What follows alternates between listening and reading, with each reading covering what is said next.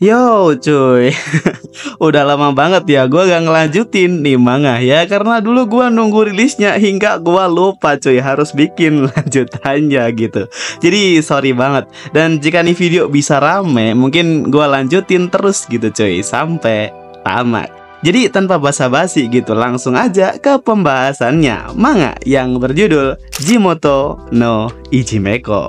Kemarin di part terakhir kita dikasih tahu kalau si Kotaro ini dibuat baper oleh si Akira dikarenakan pelukan manjanya yang nggak diduga-duga oleh si Kotaro cuy. Udah ya, udah inget kan? So lanjut. Di sini sekarang kita ditampilin Sumika yang dia ini meminta Kotaro buat ngajarin buat berlatih untuk lomba kelas meeting ke depannya. Dikarenakan dulu ia dikajari Kotaro berlari ganda cuy, dan sekarang ia meminta untuk dilatih oleh Kotaro lagi. Kotaro menerima hal itu dan bilang kalau Sumika bisa mengandalkannya karena perlombaan ditentukan dengan undian. Dan di saat Sumika ini mengambil undiannya, ya Sumika dapat perlombaan sumo cuy. Yang awalnya Sumika ini semangat buat berlatih ya kan, malah jadi sedikit minder gitu cuy. Namun Kotaro bilang kalau dia itu nggak perlu kabur dikarenakan Kotaro akan melatih Sumika sekuat tenaganya. Lalu singkat cerita, di sini Sumika dan Kotaro bakalan berlatih sumo coy. Cuma di part ini bakalan banyak yang gua skip dikarenakan tahu sendiri kan sumo cowoknya nggak pakai baju, kalau cewek ya pakaiannya ketat banget gitu. Di saat mereka asik berlatih, ada Shigure dan Kanae cuy yang mengintip, yang membuat Kanae dan Shigure ini merasa iri gitu. Dan tanpa pikir panjang, si Kanae langsung membuka pintu dojo yang digunakan Kotaro dan Sumika buat berlatih sumo. Sumika kaget cuy dan menanyakan kepada Kanae kenapa dia ada di sini. Cuma alibi si Kanae ini bilang kalau dia itu akan ikut membantu Sumika buat berlatih. Cuma di sisi lain isi otak dari Shigure ini udah mesum semua cuy. Ia membayangkan kalau dia itu nempel badannya ke Kotaro saat Kotaro gak pakai baju. Ini kan idaman kalian. Si Kanae dengan semangat bilang kalau dia itu harus berlatih sumo juga cuy, dikarenakan suatu hari nanti ia harus menghadapi Kotaro jika itu memungkinkan. Cuma sebelum itu Kanae harus bersiap-siap terlebih dahulu. Dikarenakan Kanae pergi buat bersiap, maka Shigure lah yang akan menghadapi Kotaro terlebih dahulu. Dan saat mereka mulai bertanding, gua skip ya pak, intinya kayak gini.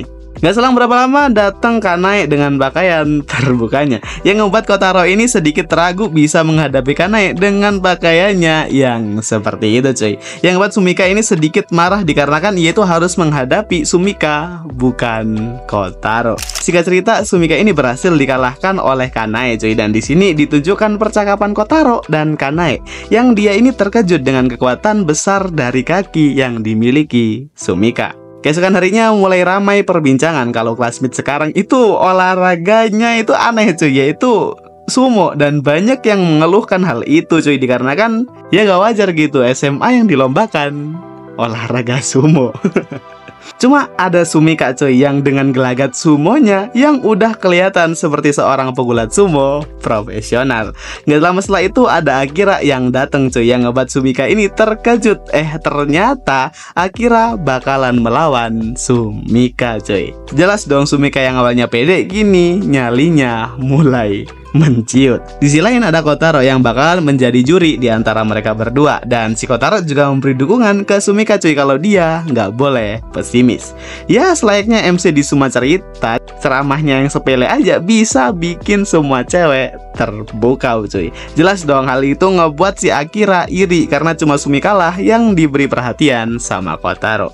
Gak selang berapa lama gini Sumika dan Akira akhirnya mulai bertarung cuy, dan dengan jelas Sumika ini menguasai pertandingan secara telak yang ngebuat Akira ini keheranan cuy dengan latihan seperti apa yang dijalani Sumika. Gak selang beberapa lama datang Kanae dan Shigure yang bilang kalau itu bukan tentang latihan melainkan juga bakat alami yang dimiliki Sumika.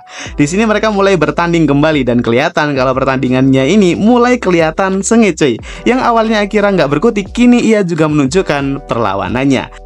Dan entah karena kekuatan mereka ini seimbang atau gimana ya kan, di sini mereka sama-sama terjatuh cuy, yang ngebuat pertandingan bisa dibilang menjadi seri. Namun si Akira tiba-tiba marah dan protes kalau ini gak adil baginya, dikarenakan teman-temannya hanya menyoraki Sumika cuy terus-terusan tanpa menyemangati temennya sendiri. Yang buat Akira ini sedikit sedih dan kecewa gitu cuy sama teman-temannya. Dan yang paling bikin kecewa adalah Kotaro, dikarenakan Kotaro sebagai pelatih dari Sumika sendiri merasa condong untuk mendukung dan membantu Sumika cuy dengan memberi aba-aba dan dukungannya. Padahal Akira juga berlatih keras dan ingin dilihat oleh Kotaro. Dan ya, karena nggak pekanya Kotaro, di sini Kotaro dapat salam olahraga dari Akira cuy. Hingga cerita pertandingan sumo udah usai dan Sumika menjadi pemenangnya, dikarenakan Akira yang didiskualifikasi gitu karena memberi salam olahraga kepada wasit. Dan Sumika juga agak bimbang cuy, karena ia nggak mungkin bisa ngalahin Akira dengan kekuatannya. Apakah dia itu bisa merasa bangga akan hal itu? Kotaro bilang kalau kau harus merasa bangga karena kau sudah mengerahkan seluruh kemampuanmu untuk pertandingan ini. Dan Sumika bisa melakukan semua ini mungkin dikarenakan Kotaro lah yang sangat istimewa. Dan lagi-lagi Kotaro nggak peka cuy, yang ngebuat dia dapat salam olahraga untuk kedua kalinya. Lanjut keesokan harinya, setelah banyak hal yang kurang enak yang dialami Kotaro ya kan, kini dia ingin mencari suasana baru buat bermain game barunya, yaitu game Homebrowse Quest. Dan ya, ini pertama kalinya bagi Kotaro untuk bermain game online cuy, yang dia ini disambut oleh Koryu yang dia adalah teman dari Kotaro yang sering memberi panduan saat awal-awal Kotaro bermain game ini cuy. Dan kini rencananya mereka akan memburu boss dungeon yang ada di game tersebut. Pemburuannya berjalan dengan lancar dikarenakan Koryu yang bisa dibilang jago banget. Bahkan saking jagonya dia nggak terkena serangan sedikit pun dari serangan boss tersebut cuy.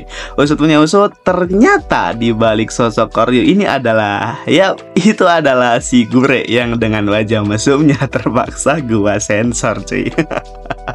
Dan di sini Shigure memberikan ramuan buat ngembaliin HP dari Kotaro, yang ngebuat Kotaro ini berterima kasih dan bilang kalau dia itu seneng gitu cuy, selalu dibantu oleh Koryu.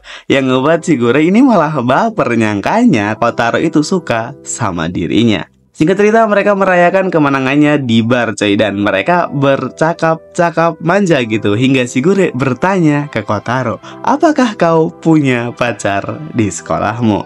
Yang ngebuat Kotaro ini wajar dong kalau kaget dan menanyakan kenapa kau menanyakan hal itu kepadaku.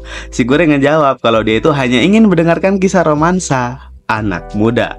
Di sini biar gue kasih tahu dulu cuy, kalau Koryu itu dikenal Kotaro adalah sesepuh, jadi bisa dibilang umurnya itu lebih tua di atas Kotaro. Dan jawaban Kotaro nggak ada. Dan ya ternyata tatapan Shigure ke Kotaro ini dengan penuh rasa cintanya itu nggak berarti apa-apa di depan Kotaro. Tapi nggak berhenti di situ, karena Shigure akan memulainya lagi. Shigure bertanya, apa fetis Kotaro? Anjir. Kotaro jelas kaget, cuma Shigure ini beralasan kalau itu pertanyaan random yang normal bagi seorang teman. Kotaro ngejawab, mungkin pusar perut dari seorang cewek. Kok gue ngerasa aneh ya, apakah kalian ada yang sama kayak Kotaro cuy? Soalnya gue ngerasa aneh aja gitu, kalian komen di bawah. Shigure kaget dan jelas dong otak Shigure yang mesum ini memikirkan hal yang enggak cuy. Nggak hanya di situ, Shigure juga menanyakan pakaian dalam favorit dari Kotaro. Di sini udah gak jelas cuy. Intinya Kotaro suka warna hitam lah, yang ngebuat Shigure ini bener-bener baper karena kebetulan dia juga suka yang warna hitam. Lalu secara tiba-tiba Kotaro bertanya ke Shigure, apakah kau tahu Nekama? Nekama itu bisa disebut sebagai orang yang berpura-pura menjadi karakter lawan jenis untuk mengorek informasi dari orang yang dia incar. Bisa dibilang itu adalah Shigure sekarang cuy. Dan dengan sadar dan penuh tamparan, Shigure tiba-tiba minta maaf ke Kotaro. Dan untuk lanjutannya bakalan gue lanjutin di part selanjutnya cuy. Gimana pembahasan Jimoto no Ijime gue sekarang? Apa kalian masih suka sama pembahasannya atau lebih baik ganti pembahasan aja? Kalian bisa kasih tahu di kolom komentar. Tapi ya tinggal lihat nanti aja ya. Kalau ini video banyak yang suka, maka bakalan gue lanjutin pembahasannya. Jadi segitu dulu pembahasan manga dari gue. Jika kalian suka, diramein dong dengan tombol like dan subscribe-nya. So gue harap Thank you.